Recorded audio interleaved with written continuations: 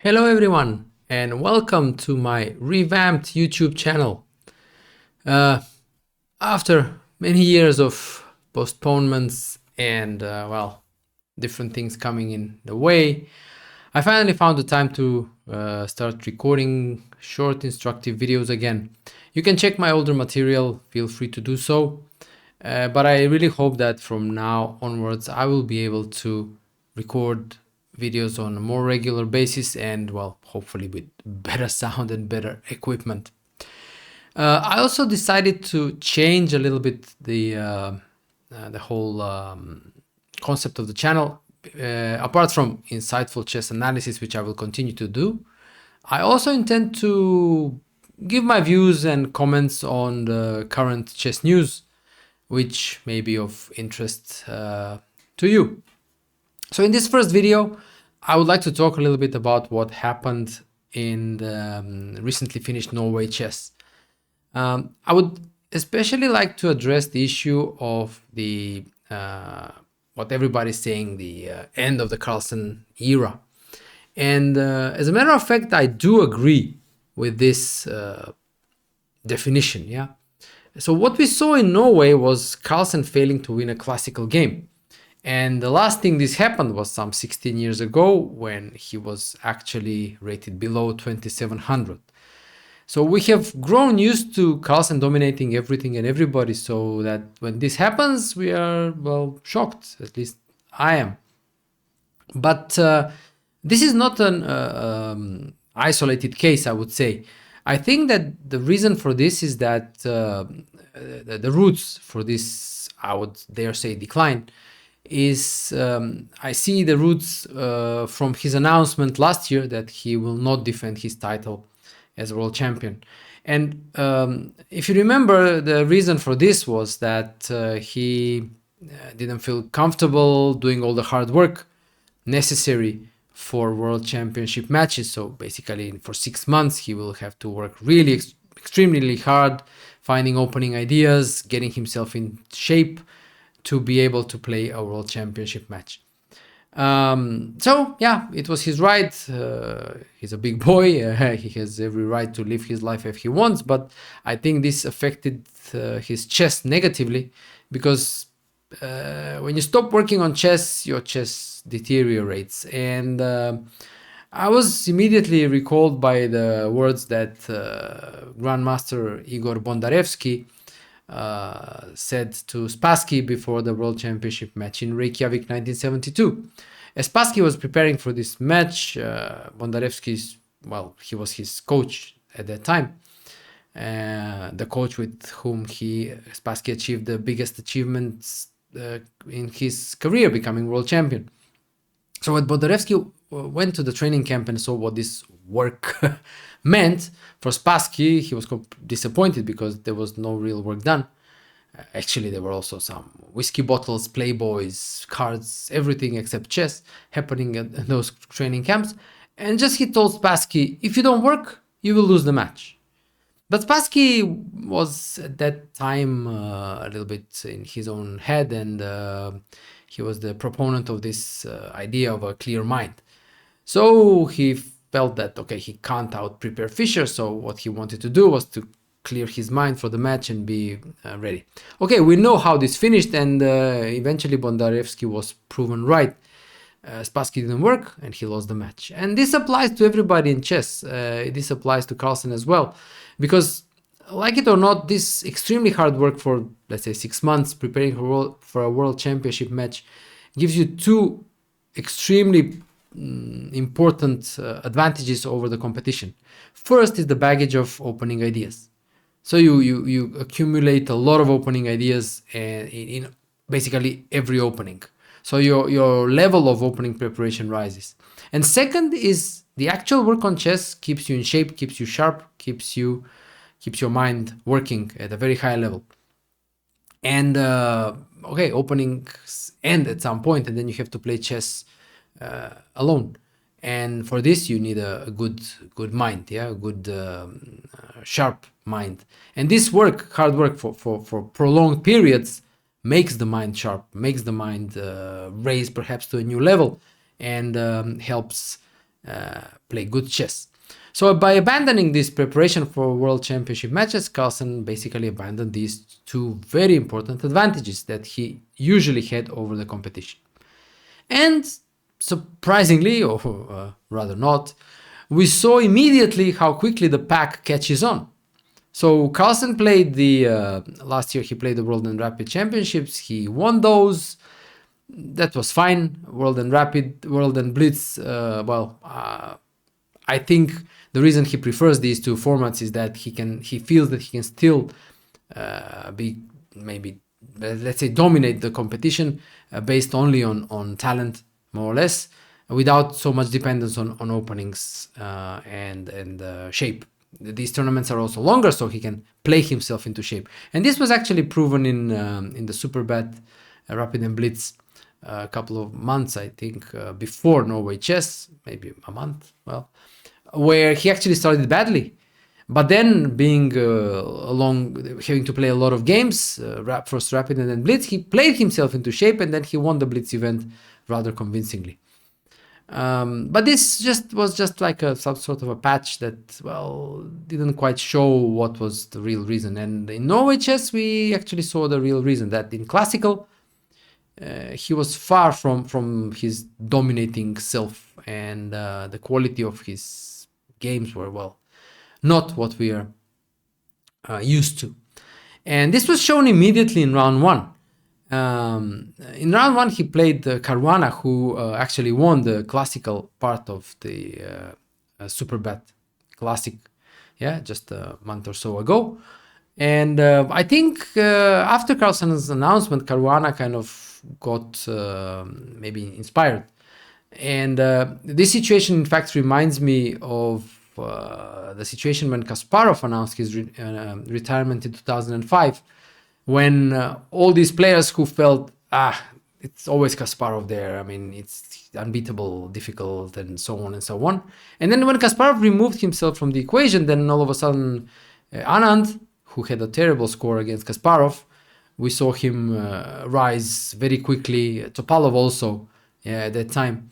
And Kramnik also was still there, of course, and they started dominating the world chess, and in a way that they could feel free and play to the best of their abilities, knowing that there is no one up there that would be difficult to beat. And I think this is a similar situation, especially with Caruana, but also the others, maybe even Nakamura, who now feel, okay, Carlsen is out of the equation, okay, I can beat everybody else. I don't feel inferior against anybody else, because both Caruana and Nakamura have terrible scores against Carlsen in classical chess. But now, without Carlsen, it says, wow, maybe I have a chance to become world champion. And in the first round in Norway, we had Caruana, fresh from his winning ways at the Superbet Classic, and Carlsen. Yeah. So now let's move on to the board and let's see what happened in this first round at the Norway Chess. So Caruana started with e4, and Carlsen now plays the move e6. Occasionally, especially in the past, he has dabbled with the French, but what I noticed is that even Carlsen depends a lot on the outcome of the opening. Actually, everybody depends a lot on the outcome of the opening at this level. And I noticed that when he was playing his usual World Championship preparation, let's say the Marshall or e5, just e5 on move 1, he was rarely in trouble and he could play normally. But when he risked with the French, which is not his main opening, and it's a riskier strategically and theoretically as well, as you can end up in a worse position. Then, as this game showed, he ended up in trouble. And you will see, I mean, for what was for me kind of a revelation was that Carlsen lost this game not because he blundered, but simply because he was outplayed.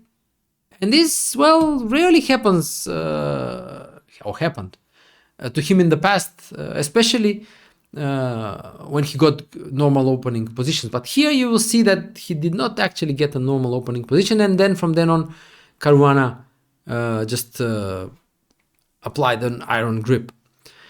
So d4, d5, knight c3, knight f6.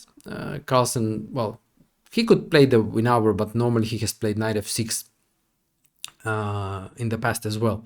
So e5, recently he has dabbled with, especially some faster events with bishop g5, h6, bishop f6, queen f6, and now sacrificing this pawn on d5, yeah, with some compensation for black. This is a relatively new line that kind of puts a new angle on this variation in the French. So going back, e5, the Steinitz line is the more popular still nowadays. Knight fd7, f4, c5, knight f3, knight c6, bishop e3, a6. Well, following really mainstream theory here. And now knight e2. Caruana was surprised by the choice of the French, but he still did manage to recall his preparation, and actually, as you will see, it was Carlsen who deviated from the best path. So the main move is, of course, queen d2, yeah, with again a lot of theory, but knight d2 is also a perfectly decent move. So queen b6, attacking that pawn on b2 and putting more pressure on d4. Yeah, queen c1, defending the pawn on b2. Bishop e7, c3, short castle, and now g3. This is the only way basically for the bishop to be developed, because the knight needs to stay on e2 to defend that pawn on d4. So g3, the bishop will go to g2 or to h3 depending on circumstances. So f6, undermining the center.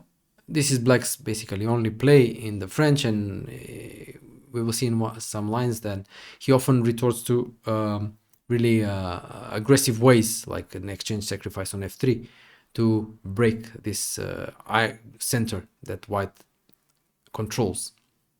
So bishop g2, bishop h3 is the main alternative, obviously, but we will not dwell too much on the theory, because very soon we arrive at the critical juncture. So c takes d4, c takes d4, and now queen a5 check was played by Carlsen, and this is actually the very important moment, because this is not a very good move. The key move in this variation for black is the move actually queen b5, and we will see why. So the engine recommends queen b4 check first, worsening a little bit the position of white's pieces. Now white needs to play bishop d2, because after knight c3 we see a demonstration of what I explained, a very violent way for black to attack the center. F takes e5, f takes e5, and rook f3, a typical exchange sacrifice in the French. And after bishop f3, knight d4, this is fantastic for black. The center is demolished, and black will have very active play with his pieces. So this is great compensation for black. So going back, bishop d2 is what white should play. Now queen b5, this is the key move. So the idea is to target this d3 square and allow for ideas like knight b4, knight d3. And this gives black satisfactory play. But surprisingly, maybe, I don't know, Carlsen went for queen a5. Yeah, so Caruana did remember the idea of queen b5, yeah, even though he may not have remembered the details, but Carlsen just went for something else, queen a5 check. And after knight c3, there is no pressure on d4. Yeah, so the exchange sacrifice doesn't work. And now knight b6. So this was Carlsen's idea. He freed the b6 square for the knight, yeah, because the knight on d7 is really the very bad piece in this variation of the French. But as we will see, this concentration of pieces by black on the queen side will not prove really well coordinated, and it will be the main reason for black's downfall in this game. So e takes f6, eliminating some tension in the center. Bishop takes f6 and b3, an important move, limiting this knight on b6 by controlling the squares a4 and c4. And this is from this moment onwards, you will see both sides making natural moves and concentrating their forces, but the nature of the position is such that white's concentration of forces will be by far more efficient. So bishop d7, continuing development, short castle, rook ac8, queen d2, removing the queen from the open c file. Bishop e7. Well, the threat is now bishop b4. And you see that black is concentrating all these forces on the queen side, but there is nothing to attack on the queen side. And this is the problem. So knight e2, played by Caruana. He could have kept the queens on board by something like queen e1 and if bishop b4, bishop d2. But the end game is quite pleasant for white. So queen takes d2, bishop takes d2, rook c7.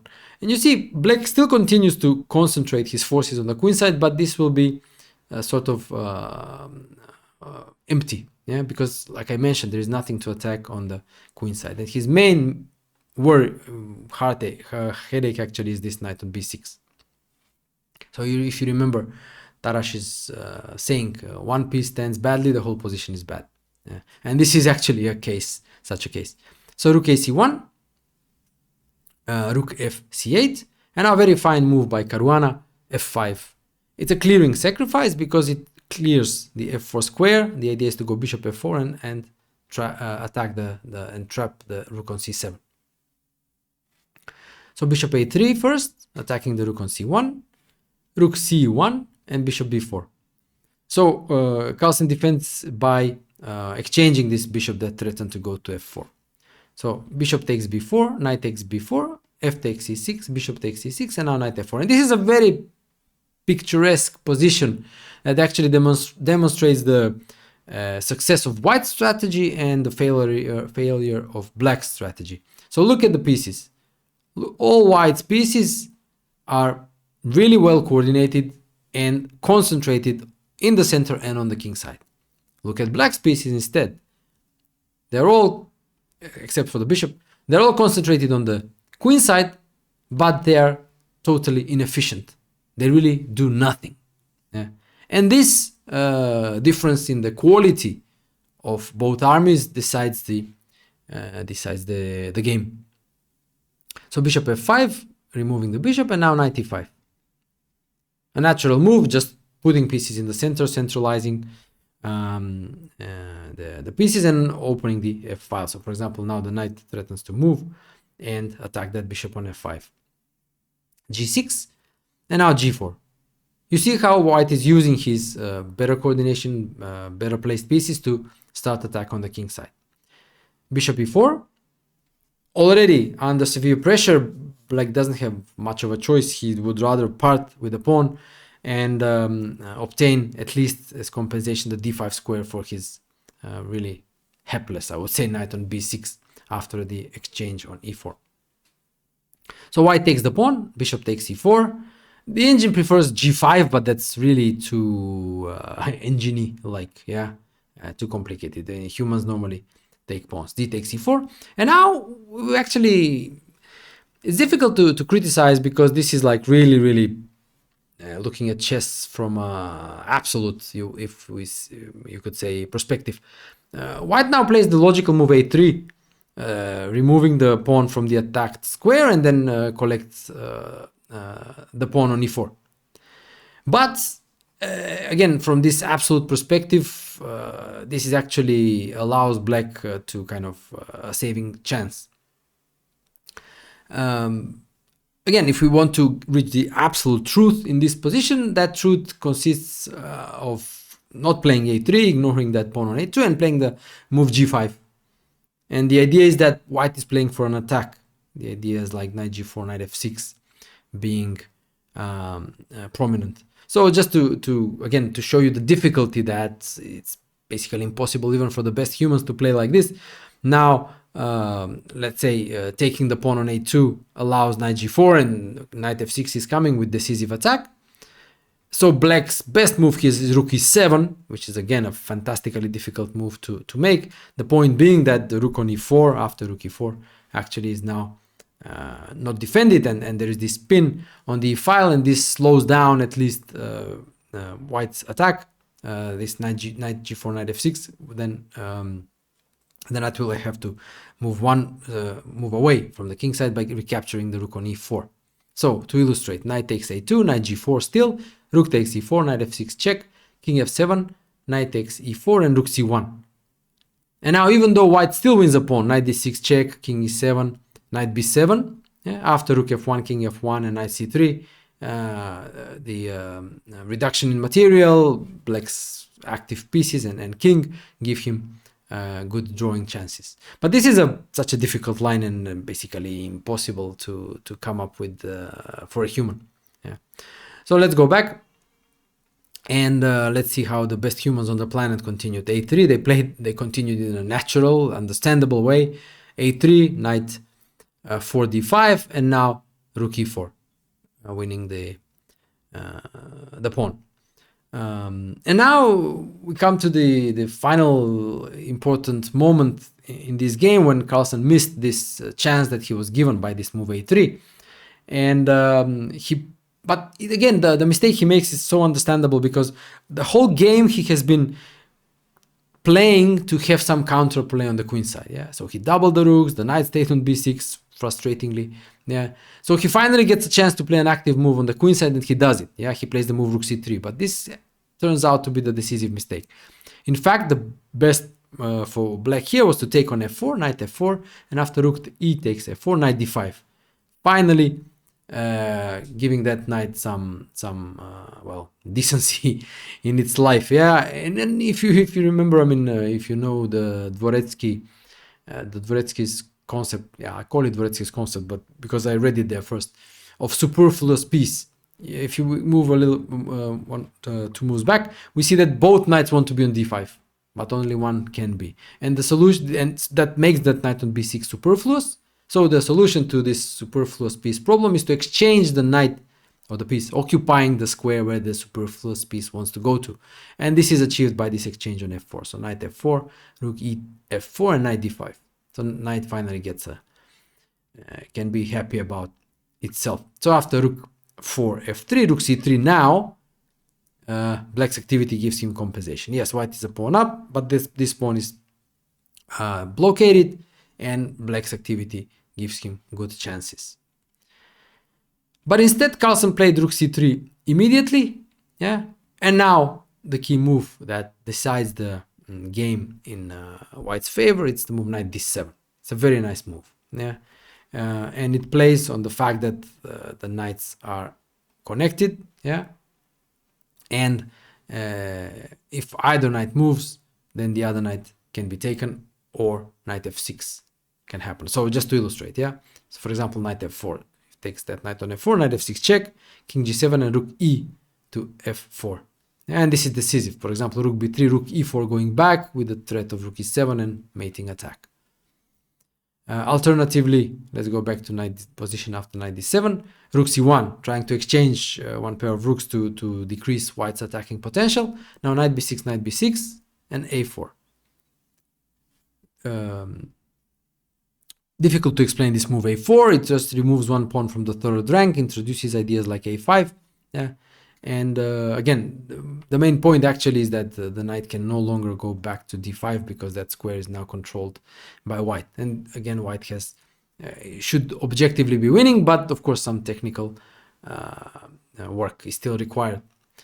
Carlsen took on b3 instead, but now after knight d5, rook e5, again, that knight was really a very, very unfortunate piece in this game. Couldn't find peace, yeah. Cannot stay on d5, and when it moves, knight c3, knight f6 is the key for white. Look at all his nicely placed pieces. When in this position, Carlsen resigned, because after, let's say, knight f6 check, king g7, d5, this is already winning. There is the threat of advancing of the pawn, there is a threat of a mating attack, rook e7, g5, and so on. So white is winning. Very impressive game to start the tournament with for Caruana, and actually a very well, probably the worst way to start the tournament, with a loss, yeah, for Carlsen. And what happened next in the tournament was quite telling. Caruana really grew in confidence and just started winning classical games, whereas Carlsen couldn't win a classical game at all. In a strange way, maybe justifying his decision was that he actually was winning all his Armageddon games, and in a way, this could serve as justification for his decision to abandon classical. He's not doing well in classical. Play rapid and blitz. He's doing well in rapid and blitz, and I think that this is what we will see in the near future. That we will see Carlsen play very little or no classical at all, and play a lot of Rapid and Blitz. Well, we have to admit, Rapid and Blitz is fun, it's enjoyable, you don't have to prepare for hours, the importance of opening theory is not that big. We could see in this game, Carlsen, for example, obtained slightly inferior position in the opening, but he was just ran over.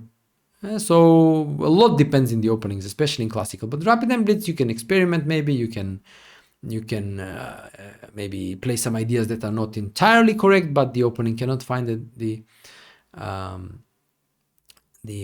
refutation with limited time control and so on.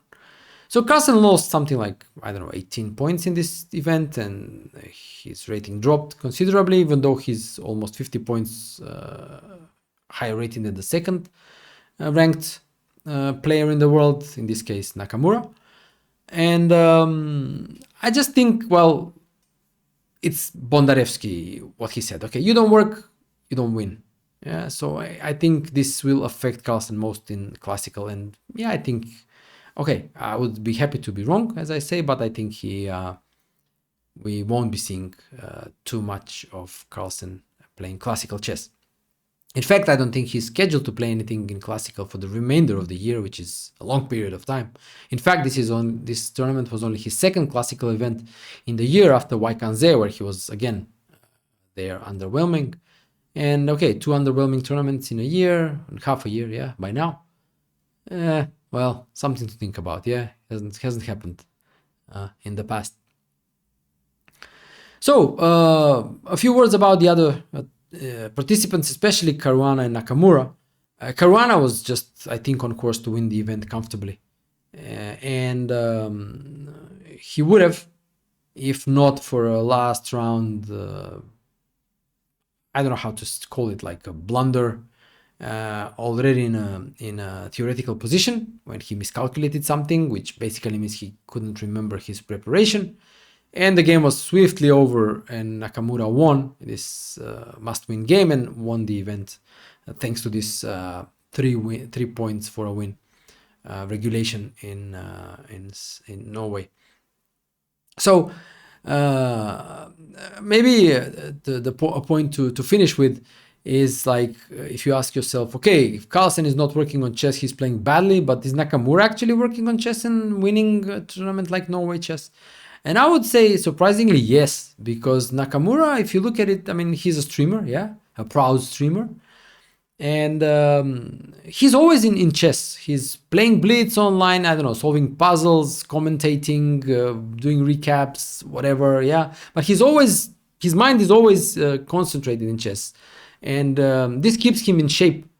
Yeah, and I think this is the reason that he doesn't play really poker, or if he does, it's like really accidental. But his main work is still chess. Yeah, and all this chess-related work he does is, I think, allows him to stay sharp, to stay in form. And I think this is the main difference between the two. Carlsen just started to do some other things. Yeah. So I think well, this is the main reason.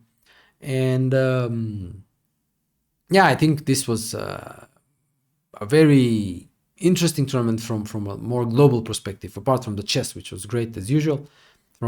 I think is a sort of a maybe switch in the perception of people. Yeah, what happens next now? And I think, like, as I said in the beginning, that we are entering this primus inter pares period, which was the Botvinnik's favorite phrase when he was saying that as a world champion, he didn't feel superior to his competition, but rather he felt that he was primus inter pares, first among equals. And I think perhaps we are entering such an era now, where maybe Ding Liren as a world champion is primus inter pares. We have Carlsen somewhere there, which is hovering, we don't know where, in a gray zone of the Blitz and Rapid, underwhelming classical. So, well, I think still it's interesting times lie ahead. So I will wrap up this video now with this analysis and commentary. Yeah, well, I hope you enjoyed it, and yeah, I hope to see you. Well, subscribe, yeah, sure, go ahead, and see you again in my next video, which I expect to be rather soon. Thanks for watching, and see you in the next one.